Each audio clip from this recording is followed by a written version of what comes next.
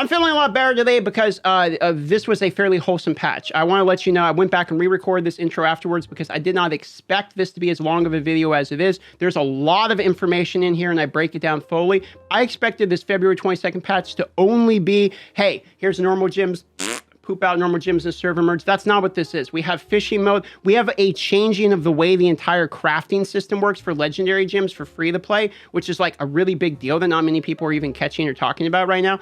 36 new legendary items, including the Crusader class, getting some pretty decent ones for PvP, it looks like. So we have like a across the board, and we even have the quality of life change with like the Essence Mastery system everywhere, etc. now. So across the board, this patch caught me kind of by surprise. So I'm going to be calling this one the sleeper patch, and I actually ended up pretty positive by the end of it. Let's get going. Grab a Rod Fishing debuts in Diablo Immortal. So here we go, ladies and gentlemen. Fishing is officially coming to Diablo. Let's go ahead and break into this here. Welcome back, Adventurer. Sanctuary has felt all safer thanks to your heroics. In the meantime, you may have increased your available stash space, tested out the Path of Blood improvements, and liberated battlefields, inhibitants from a plague of demonic invaders. Over the past 4 months, Diablo has won the Best Mobile RPG Award from the Pocket Gamers Award, received nominations from Google Play, Apple Store, the Game Awards, DICE Awards. We have only such players like yourself to thank for these milestones. And from the Diablo Immortal team, thank you for your continued support. On February 20th, we will be sending all Diablo Immortal players a special bundle of rewards via in-game to show our appreciation. Consists of 3 legendary crests, 1 random set, 1 random legendary, and 6 normal gems. Keep an eye out. Good. We should be receiving all kinds of boosts all the time. I love to hear about freebies. Here we go. Previous content, maintenance, merges. We've talked about this already. Let's get going with the new items. Here we go. Feature updates, ladies and gentlemen. 36 new legendary items. So we are getting new legendary items. Yes, let's go ahead and break it down here. We got the Berserker's Wheel Offhand. Hammer of Ancients now creates a barrier of earth that prevents enemies from entering or exiting the area it strikes. Oh, wow. Okay. So we have some maybe PvE viable challenge rift type of items here. Sort of like the wall for Necromancer. I actually kind of like this. Maybe this would do something for PvP, like you jump on somebody and then you use the Hammer of Ancients. Now they can't leave in PvP. That's interesting. Dauntless Temper Pants. Ground Stomp now calls on the power of an ancient to appear and periodically stomp the ground around you. Okay. Can't see what that does. Demoralizing Roar now unleashes Primer Roar that knocks back and damages enemies. Enemies knocked back into the walls are also stunned for 3 seconds. Okay, so more CC. Main Hand, when Frenzy deals a critical primary attack, wow, it's increased by 50% for 2 seconds. Holy moly. Okay, so we have sort of the spammy frenzy attack that they're doubling down on. I like that. Sprint leaves a wind tunnel in your wake, allowing enemies to pass through it to gain 30%. Allies to pass through to gain 30% increased movement speed. So you can run ahead of people and they can follow you. This would be good for overworld farming if you're using the sprint, like sprint whirlwind build, but you're not necessarily using the fire sprint. Furious Charge reduces enemies' movement speed by 40% for 4 seconds. That's going to be, that 4 seconds is really long, even though it'll be reduced in PvP. That's actually going to be quite good, I think, potentially for PvP as well.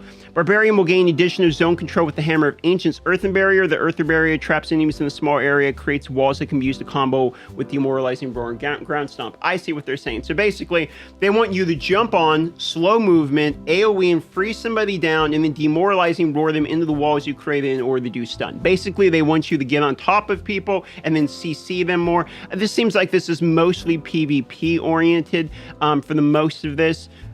I could see that. Okay, Ground Stomp might be good for farming. Depends upon how it works. The Frenzy dealing critical hit, increasing primary attack might be okay for single target on bosses. We'll have to see. But I like that. Crusader, let's see what Crusader gets because people were talking about they wanted some Crusader love. Consecration now deals 30% increased damage to enemies suffering total loss of control. All right. Drawn Quarter now grants you immunity to knockback effects for 3 seconds. Okay, and that's on the chest. So this is going to be a big PvP one. People don't use the Horse Law in PvP because you get knocked out of it easily. This is going to give you the immunity to knockback, sort of like Shield of Zen. However, you don't need the shield to be up. So that's actually going to be kind of a big deal, I think, for Crusaders. I think that's actually quite good.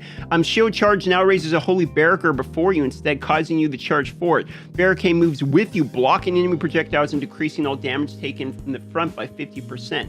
Okay, so a little bit tankier on your way in here. Not sure how this is going to work out and how clunky this is going to be, but I could see that maybe being okay. Sacred Chain now attaches to a single enemy, allowing you to render judgment on the soul. Once condemned, chains explode, dealing damage and stunning all nearby enemies for 4 seconds. Okay, so we have a big AoE CC. That seems better in PvP. That seems quite good in PvP. I don't know if people are using Chain currently. Falling Sword now swings a giant sword into the ground, knocking enemies away and stunning them for 3 seconds. So we got more CC, more stuns. That's good. I mean, Crusader's kind of the support in PvP. I know we had some kind of experts in the Crusader row on to talk about Crusader earlier this week that said they didn't think Crusader was in that bad of a position. This might lower the skill floor a little bit, make it a little bit easier where you have some more targetable type of CC types of things. So I think that this is actually quite good. Introducing an additional range stun on Sacred Chain. That's right, we got range stun for the purposes of Crusaders, providing more opportunity to start engagements. I think that's a smart addition. They have good counter engage, reactive stuff, but no proactive stuff. Opener can be followed up with drawn core that close the gap and shield charge to provide dense a defensive group utility. I actually think Crusaders did significantly better in terms of CC in this one than they have prior. I think that's not too bad. Demon Hunter, let's move on to Demon Hunter here. We got to keep it moving. Escape now drops a trap that explodes after a short delay, dealing damage to all nearby enemies. Okay, so Escape drops a trap. Okay, so, we'll have to see how much damage that actually does. That's kind of interesting. Daring Swing now immobilizes any enemy it hits, preventing them from moving or attacking until they take damage again. So maybe what this will do is help you get away in PvP. It's not going to help you do too much about engaging in PvP. Now let's see the chest plate. Vengeance now fully consumes you, increasing your primary attack speed by 40% for 4 seconds, but you can no longer specifically target enemies. Wait, hold on. Vengeance now fully consumes you, increasing your primary attack speed by 40% for 4 seconds, but you can no longer specifically target enemies. So the way I'm reading that is that probably only targets whatever's closest to you. Like, you don't get the ability to pick, like, there's 2 guys, one on the left, one on the right, but the right's farther away. You're gonna shoot the one on the right, it's automatically gonna shoot that one. Some people might read this as you can now shoot your allies, which would be interesting. We're gonna have to see exactly how that works, because primary attack speed by 40% is significant, which is typically kind of good. So I'm going to have to see how that actually plays out, because that could be really good or that could be not good at all. But it seems like in like overworld farming, etc., that wouldn't be bad at all. And in PvP, there's an argument to be made that you want to shoot what's closest to you anyway. So I could see that being all right. We'll have to see how it actually plays out, though. Impale now causes your primary attack to also hurl penetrating knives that do damage to all enemies they pass through. Okay, so piercing on the main hand will give us Impale. It's not on the offhand, so we don't have to replace the Hungerer. Being near a sentry increases your primary attack speed by 10%. I don't think that's enough for the sentry to be good. Let's continue. Daring Swing also increases your primary attack speed by 30% for 4 seconds. I do think that's quite good. 4 seconds is quite long. All of this is going to be adjusted by Vithus. So we have 4 seconds on the Swing, 4 seconds on the Vengeance. We have some way more primary attack speed now. That's actually quite good. For the Demon Hunter, the focusing on bolstering your primary attack speed. Yes, Daring Swing can increase your primary attack speed while you're out exploring, while near a sentry can provide you additional primary attack speed while you're defending a key position. So maybe what they want is for us to set up on bosses, like throw out these things. I think 10% is a joke. I don't understand why, if they're doing 30% of the Swing and 40% of the chest plate, why would you not do 30 or 40% here on the sentry? Just buff the sentries like crazy if you want people to use them. I think it's pretty much that simple. Let's continue here with the Monk.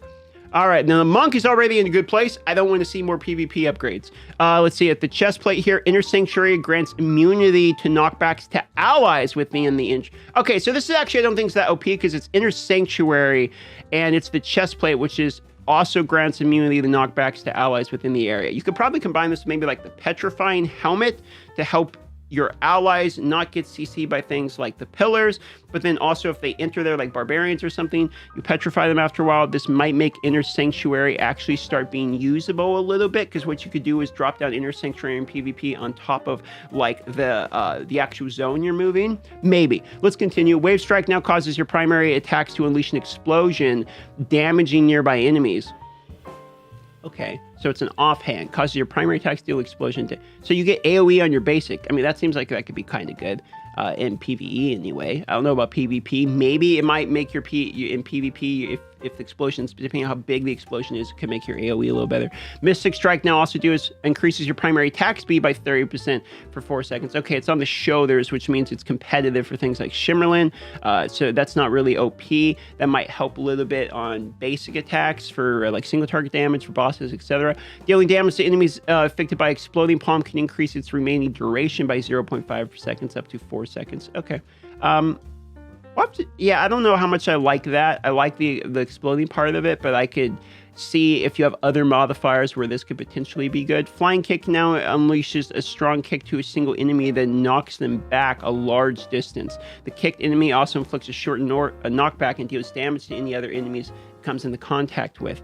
So this is a leg piece, so it would replace the 10% increased damage from using the kick, for instance. So it's not necessarily OP because it's not going to also min-max the build we're already using, but it does give you another way of using this in PvP, depending upon how far they're going to fly and how long it takes for them to fly. This is additional CC, and if the damage is quite good, that could be kind of ridiculous, but we'll have to see.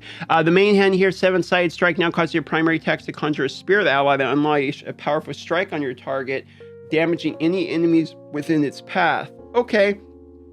Don't know how that's going to play out at all. We're going to have to see how that one works too. I don't really see anything in here that seems completely OP in PvP. I think this is more like a raid single target thing. Inner Sanctuary immunity allies is quite good. The immunity knockback. I do like that they're adding the immunity knockback kind of like other people like the Crusader. This one now is for AoE for your allies. I think their solution to like, hey, only Wells are getting the Shield of Zen type of thing is, well, okay, well, everyone gets immunity and knockback. Let's go fight it out. Makes more sense. People are complaining about CC at the moment. Maybe that's their solution to that.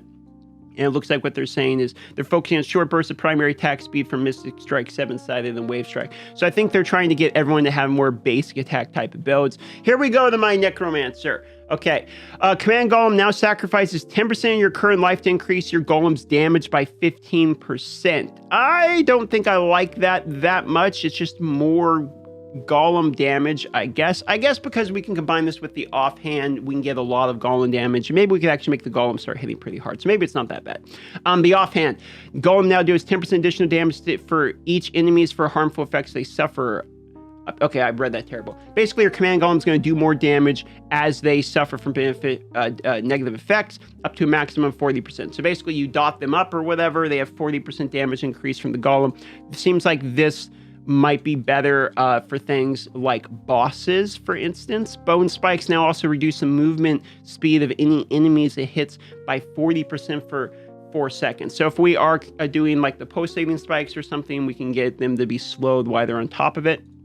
Command Golem now summons a Poison Golem. Oh, hey, we got a new Golem. Command Golem now summons a Poison Golem that can leap to a target location to unleash a blast wave of corrosive acid, damaging nearby enemies and causing them to take additional damage. Okay, so this is probably grace set damage if it's continual damage, or maybe leaves it on the ground here. Summons a Poison Golem. So we have a new type of Golem. We are probably going to swap over the Necromancer and try that almost immediately. Anytime we're getting a new summon, that's a really big deal. The chest here, Wraith form now conjures 2 additional Wraiths in random directions. That's going to be confusing in PvP, especially if you can't tell them from a player. Grim Scythe now also chills an enemy to the bone, reducing their attack speed and movement speed by 30% for 3 seconds. So I don't really care about that Grim Scythe one. Grim Scythe I'm still not really using. The Command Golem getting the focus is very interesting. We have 3 additional Command Golem focuses. I think mages are so powerful, maybe they're willing to take some focus back on the Golem. It says Necromancer legendary item increasing the power of a Golem by applying harmful effects. Yeah, that's basically what that says. Okay. So we'll look at that once Necromancer comes. New Golem summon is pretty interesting though. Wizard here, Disintegrate deals additional damage every 3 hits. Disintegrate's already pretty good, so I can see that just making it better.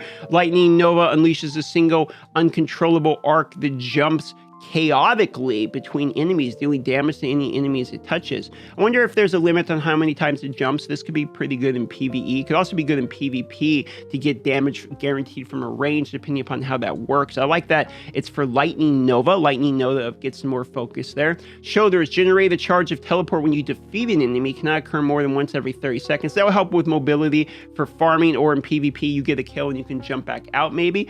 But it doesn't really necessarily increase their power in like an annoying annoying way. So I think that's fine.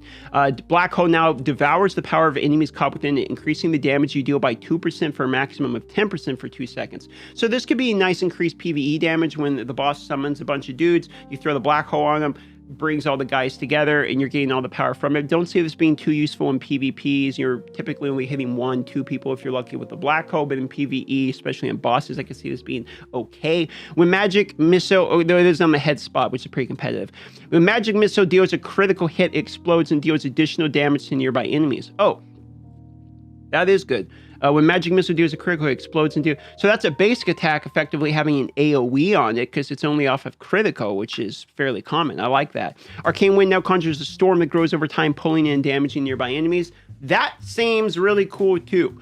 I like that also. It's going to grow. So hopefully that's an AoE that's going to get bigger. I can see that being annoying in PvP because it's pulling in and damaging enemies. If it stays around a while, continually pulling people in, that could be highly annoying. For the Wizard, Arcane Wind adds additional gather skill to your toolkit to round up enemies so your Lightning Nova and Arcane Missiles can shred through them. I think reality is what this means is, depending on how this works in PvP, people are just going to put this big ass storm up, they'll pull people in, and then black hole on top of it, and then freeze you on top of it, etc. Interesting. Okay, moving on to Rune redesign system. I did not see this coming. The Rune system has something that has been complained about, has had feedback about, and this is interesting to see a redesign. I did not see this coming at all. We are simplifying how runes function by streamlining the overall experience and providing more use for your runes. The runes received from rare and legendary crests are also increasing to support this reorganization. Okay, so this is where what I want to see here is more ways for the runes to literally do anything, but especially what we want to see is the runes providing more legendary gems or legendary crests at a minimum. So let's go ahead and see what actually happens. Crests will no longer drop ATI or a large variety of common and magic runes. Instead, rare crests will now drop 4 AST and legendary crests will drop 1 AST rune. Okay. AST runes can be used to craft bound legendary gems at the Apprentice Jeweler, just as it is currently done, but now we've removed the fading ember cost associated with crafting these bound legendary gems. Oh, okay. So, wait, hold on. Let's read about this. Fading embers can now be used to directly at Stro to craft random unbound legendary gems. These gems can be... Oh, you can craft unbound legendary gems. Okay, these gems can now be sold at the Grand Market or used to purchase AST runes. We can craft and sell gems. Okay, that's good. Apprentice Jewelers will now be the one-stop shop for all your legendary gem needs. This is no longer a need to convert runes to craft legendary gems. The cost for both crafting bound and legendary gems have changed to the following. Okay, AST runes for a bound 1-star legendary gem of your choice. Okay, 80 for a bound 2-star of your choice. Okay, 5 fading embers for 1 rune. So that's the ratio. It would have been 5 for 1. Okay, 100 fading embers for an unbound 1.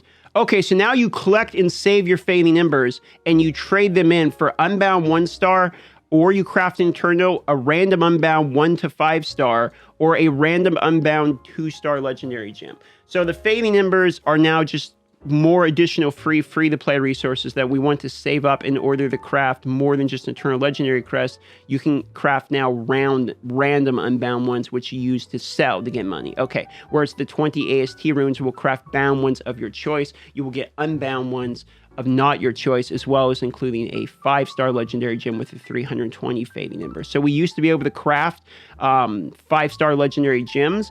This hasn't changed. You can still craft these, but now it looks like it's unbound here. So let's move on here. To smooth out the transition and reward the time investment of players, Sura will have several new conversion functions that are intended to convert your own currencies at the following rate. 8 common for 1 AST, 2... Okay, so all the old runes, the garbage runes that we weren't using before, are going to get converted into the good ones that we can use. Okay, let's see what the developers know. Through community feedback, we realized the rune system left players with bags full of excessive runes they would likely never be able to use. Correct! This new streamlined process will alleviate the pain points from the previous system and provide everyone with increased gem power rewards. Okay, so I spent a few minutes rereading this. I also went into the game to look at it too. I wanted to give a good opinion on this. Currently in the game, it's a little bit clunky because you need these ATI runes. So if you look here, like I have 495 of those, 474 of those, etc. So you're getting value off of your rare crests that are basically completely worthless because you can never use these other ones. And I still need ATI runes if I want to be able to craft like a 2 or a 1 star, etc. Basically meaning that you can't really craft too many of these, etc., because you're sitting on so many wasted runes. This change is going to give you more value to your rare crest. One thing in particular, once you look at here, is you get 4 AST runes per rare crest, which means every 5 rare crests, you'll have enough AST runes to guarantee a 1-star legendary gem, which is actually pretty nuts. So it's just every 5 rare crests, you'll be able to basically pick a 1-star legendary gem that's bound, which means you're gonna be able to max out these 1 stars pretty quickly. Every 20 for a 2-star legendary gem. This looks pretty good. This is actually like a pretty decent rework, and it's going to reduce a lot of the frustration, RNG, etc. around this. And sitting around with like these 500 runes weren't really doing anything. There was speculation we were gonna use them for fishing because there's nothing else for them to do. So I think this is a pretty clean rework for free to play. Also, making rare crests better, 100% agree with. We needed the rare crest to actually be better. So a rare and surprising W here. Okay, we're going to get into what is going to be more controversial parts, which is the new normal gem attribute here. If we look at this, normal gems now have a new attribute called refinement that increases the base attribute of the equipment slot the normal gem is socketed into. The increase from refinement is a fixed percentage based upon the rank of the normal gem and scales at a fixed percentage as your normal gem increases in rank up to a maximum of rank 10. Normal gems of all colors provide the same increase at their respective rank. So this works effectively like I was hoping it would not work, but it doesn't work on the completely terrible variant. So if you basically look at this, we have rank 5, we have a rank 5, etc., and let's just put a rank 1 in here, okay? So effectively what we have is we have a gem, let's say when the update drops, this rank 1 is going to increase. If you look here at what it's all in this gloves, right? So the rank 5s, the 2 rank 5s will increase this base stat, which is damage. This is the base stat we're talking about here. A certain percentage, we don't know what that percentage is yet until the 22nd, whereas the rank 1 will increase it at a reduced percentage. The one positive part about this, that it will make this a little bit less scary, is the normal gem, as it increases with rank, scales at a fixed percentage, meaning going from rank 1 to rank 2, meaning if you look at this just so you can follow with me, when I upgrade this right here, see it's rank 1, okay? So when I do this, I'm gonna do it so we can make this nice and easy to understand. When I upgrade this from rank 1 to rank 2, this will give me the same increase, or additional increase, I should say, as upgrading, let's say my most expensive gem, 7 to 8. That would be even more expensive. Going from 7 to 8 would increase my base stat as much as the 1 to 2 would increase, okay? Now that still does mean the rank 8, 9, 10, etc. will be your highest ranked, which means they will increase it by the most percentage. A rank 10 will increase by a percentage that's 10 times equal to a rank 1, okay? Just to be clear. However, the amount at which the fixed percentage increases is not exponential, meaning going from 9 to 10 doesn't give you the biggest increase. Okay, it's not like that. It's a flat increase every time you rank up, so it's a halfway point to it being disgusting. It does increase per rank, which is what we didn't want, but because it scales at a fixed percentage per rank, it's not as big of a deal. However, that is how it works. One crucial part to understand is this only applies to the item it's socketed into, and because damage is only on the gloves, this means if you want to increase your damage, put your best gems into your gloves and your worst gems into the other locations, as the other 5 sockets only give life. Okay, the only damage is gloves. Okay, there's an update to the drops on them. Hidden Lair spawn will now dynamically scale with server population. On most servers, this should result in the same amount or more Hidden Lairs opening in a day. You can now collect up to 9 bound gems from the bonus objectives and 9 unbound from the Hidden Lair Guardian. So this is a 50% increase, basically, in the number of gems. The chances of finding gems would decrease with each subsequent Hidden Lair run, with the first 2 Hidden Lairs being the most efficient. The reward section of the Hidden Lair entrance menu has been indicated to how to collect bound and unbound gems from the Hidden Lair. The rewards will gray out once you've reached your normal gem allotment for the day, so you can easily track if the gem rewards are available before entering the Hidden Lair. We've also made improvements to help you locate the Hidden Lairs after they spawn. When you start getting closer to open the Hidden Lair, you receive additional prompts and mini-map indicators. So let's read the developer's note before we give some opinion. We recognize normal gems as rather scarce. Yep. To help alleviate this, we're providing additional ways to obtain both bound and unbound. The goal is to provide normal more gems that can be potentially sold on the market. Placing them inside hidden lairs, which achieve that goal by increasing the replayability of hidden lairs and wilderness exploration of the results from searching for them. The change to make hidden lures spawn more dynamically based on server populations, aimed at normalizing the supply in the market across all servers. As a product of these changes, we hope to see normal gems change hands through the market at an increasing consistent basis. So they are trying to make a little bit of an economy. Effectively, they're trying to make normal gems be worth more, and then they're trying to have free-to-play players be able to get more of these in order to sell more of them to the whales. That seems to be what's happening. They're basically going to take their cut out of the market. They're going to use that as rake. They're going to say this is our profitability. People are selling more of these. The free-to-play get more platinum, which they can use on the legendary side of the gems. Yes, the whales get stronger, but maybe the free-to-play can experience more of the game. I think that's sort of their argument here. So I think factually this will give more platinum per day to free-to-play players, but I think this will also, in fact, it's just the math, it will increase the gap between free-to-plays and well more so. So it is a yin-yang. Free-to-play do get something out of this, but they also lose something out of this. Whether or not what they're gaining is enough more platinum that they can get closer with legendary gems, that it matters, don't know. I personally don't think that increasing 3 additional tradable ones per day, that would be 1,200 platinum per day if they sell at max, which is a decent amount. That's about 30K per month. I don't know if that's enough, because that's still 2 months to buy a maximum price 2-star gem. Like if they're trying to upgrade their sleeping bow, it would still take them about 2 months in order to get an additional gem that they would not have got before, which means by now, if you've been playing since launch, mathematically, maybe if this had been in since launch, they would have like 4 more legendary gem duplicates. You would maybe get a rank from a rank 4 to a rank 5.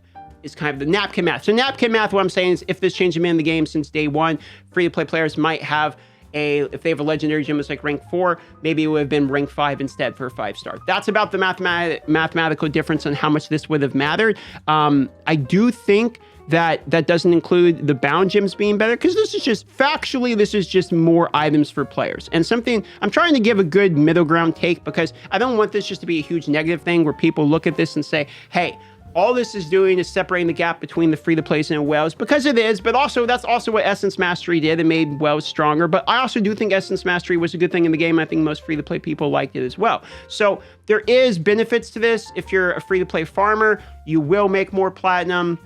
If you're a PvPer that's free to play, I still think this isn't going to do enough to really change the gap in PvP. It might arguably make the gap even larger because whales already have their stronger normal gems. So in PvP, I think this probably makes whales stronger. But in PvE, as well as trying to create ways for free to play to develop platinum gains, this is factually better for free to play. So there is some yin yang. I'm not going to give my opinion on whether or not I think it's overall good for the game, because I don't think it matters. I think it's up to you and what you actually think about this. I'll leave that to the community to decide how they feel about this. But there is some positives and there is some negatives to this side of the update. So far, the rest of the update has been pretty decent, though. So let's go ahead and continue to see what else we have. Essence transfer and extraction improvements. All safe zones will now have an essence transfer merchant within them. Thank you. Been asking for that. The ability to extract multiple legendary items at once. Thank you. To do so, click Mochi. Perfect. So this is just very simple. People asked for this. They gave it to us. Let's continue. Combat globe changes. Ooh, interesting. Frenzied and charged combat globes, which previously dropped during the defense only, can now drop during any combat instance in Immortal. I love that. Frenzied globe increases critical hit by 100%, immediately makes ultimate available for use with the charged core. I like seeing ultimates used more. I feel like ultimates are part of the game that no one really uses. Like, people don't really talk about them. I don't really do builds around them. I don't think anyone really does. So having your ultimates up more often, I can see wizards with their basic attack, for instance, really liking this. I can see this being a really cool, fun change. I think this is just fun. This is dopamine. This is more exciting stuff for when you're PvEing. Not really a huge change, but I think that's actually going to make overworld farming faster. This will sure as heck make dungeons a lot quicker, because having your ultimate and critical chance available is going to be an increase. And this also probably makes Treasure Hunter a little bit better, because it increases your globe drop. So if this works with that on the Treasure Hunter tree, really like to see that as well. So let's see what the developer's note says. Combat globes would join the conduit, energy, and quickening orbs as potential drops from monsters and represent very powerful options. As such, they would drop less frequently than the other 3 previously mentioned, but when timed right, they would certainly help turn the tide. Okay. That's a W. I don't have any problems with that. Let's continue here. New activity, fishing. Cast aside your weapon, weary adventurer. You've sent demons to home to Rigo and hell. Okay, I read that terribly. Basically, you killed enough demons for the day. A tranquil new pastime is available for you. It's time to go fishing. Starting at level 43, you can travel to the noxious marshes of Balfin to begin the great pastime quest. This quest will start you to pick up on a path to become the best angler sanctuaries ever seen. Most importantly, with a fishing rod. So there's a quest. It will do fishing. Pick your spot, cast the line. We're going to be fishing off a bridge. Looks like there's fishing spots. Once you've completed the introductory quest, you can officially, oh my lord, you can officially begin your pursuit. Lord, please, that's a terrible pun. There are 3 zones where you can fish. Ash Road Cemetery, Battlefield, and Frozen Tundra are noted by a fishing icon.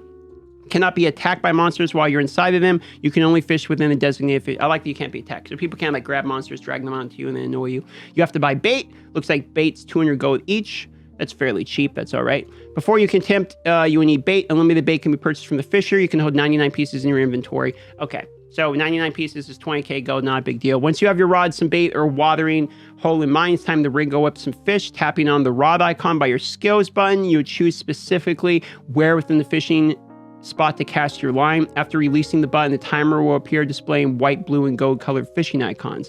As your bobber rests among the water, fish will nibble at it, and periodically you'll notice the timer will begin to fill up, passing by each of the 3 aforementioned fish icon as it does. When you decide to reel in and catch, is completely up to you, but the longer you allow your bobber to sit in the water, the higher probability you have of catching a rare species of fish. Be sure not to deliberate over when to reel in for too long. If the timer fills up, the fish will grow relentless and disappear. All caught fish will go directly into your inventory.